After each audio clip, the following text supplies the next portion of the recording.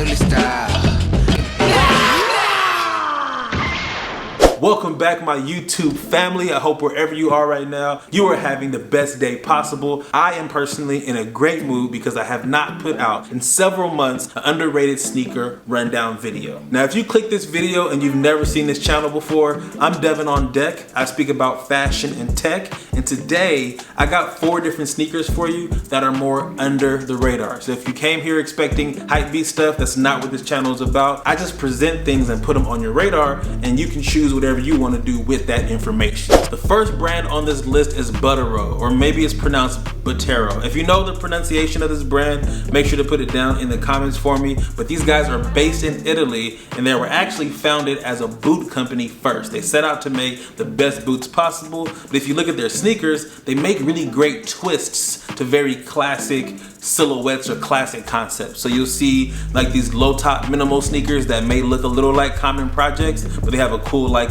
ombre suede to them, or like something a little different. These shoes that look more like Chucks, but they have their own different flair and fabrication to them. And my favorite model from them is called the Vinci Runner, and specifically the PVC edition. And PVC is a fancy word for plastic basically, and it's not an uncommon material used on footwear, but the way they used it makes it look super unique. So instead of having leather cover all the things like the heel counter, the lining, the reinforcement, all of that is completely visible, almost like an old school Game Boy. Remember like the Game Boy colors that were clear? You can see all the different wires and stuff inside. This is exactly what these shoes remind me of. Now maybe they aren't practically wearable for every person, but as a work of art, as an original design and the way that they look, I think this is really, really dope. Next up, we have a brand called Mallet out of London. And as opposed to the first brand that starts at about 400 bucks, these shoes start at about the $200 range, which is much more manageable in my opinion. And with this brand, they make shoes that look a little more minimal, some that have a little bit more splash to them, but the common thread here is more of a sporty or technical theme to every shoe. And as you see, they experiment with fly knit or prime knit, whatever you want to call it, exposed air bubbles, technical details, textures, fabrics. And my favorite model from them is the Tech Runner in graphite. The silhouette is sleek, but yet it has a bold stance to it, so it doesn't feel too bulky or too slim. And the 2 top laces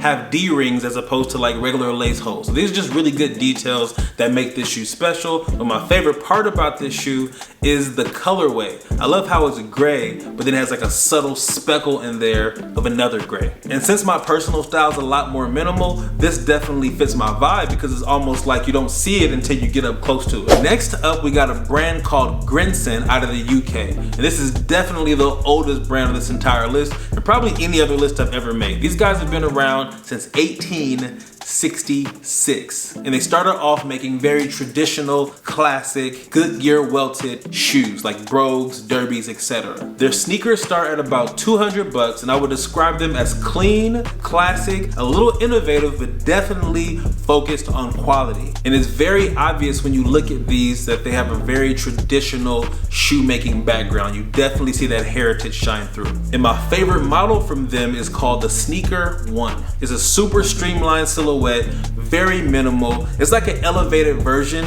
of an Adidas Gazelle, but obviously a lot less panels, no overt branding, and this white color with the gum sole, this is doing something for me. Like I really, really like this colorway specifically. So if I do get this brand, this will definitely be the shoe. Now for the final brand on this list, but certainly not least, we have Nubic Footwear out of the Netherlands. All their shoes start at about 220 USD, and in my personal opinion, they have a great variety of shoes for any guy. They have some that are bold and bright with texture and pattern going on, some that are clean and classic and minimal, and some that are obviously affordable alternatives for designer sneakers. Like look at these right here. These look just like the Alexander McQueen's right here, but I think the sole actually is a little bit better and way, way less on the price point. But anyway, my favorite model from them is the Yay, I think that's how you pronounce it, black in camo. So the whole upper is this like very high quality nylon material that's black on black camo woven in. And if you know me, I love subtle flexes,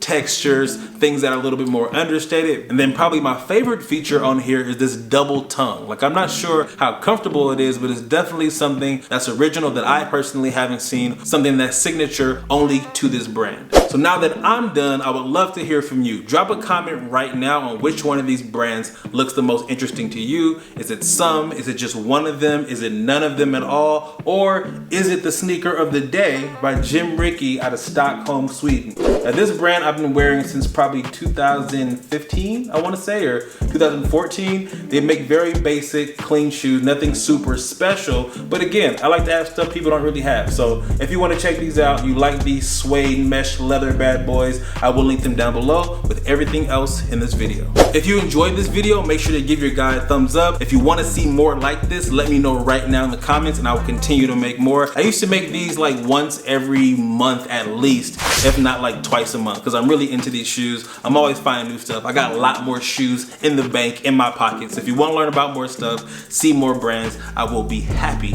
to make more of these videos for you. Thank y'all so much for your time, and I will see you on the next one. Peace.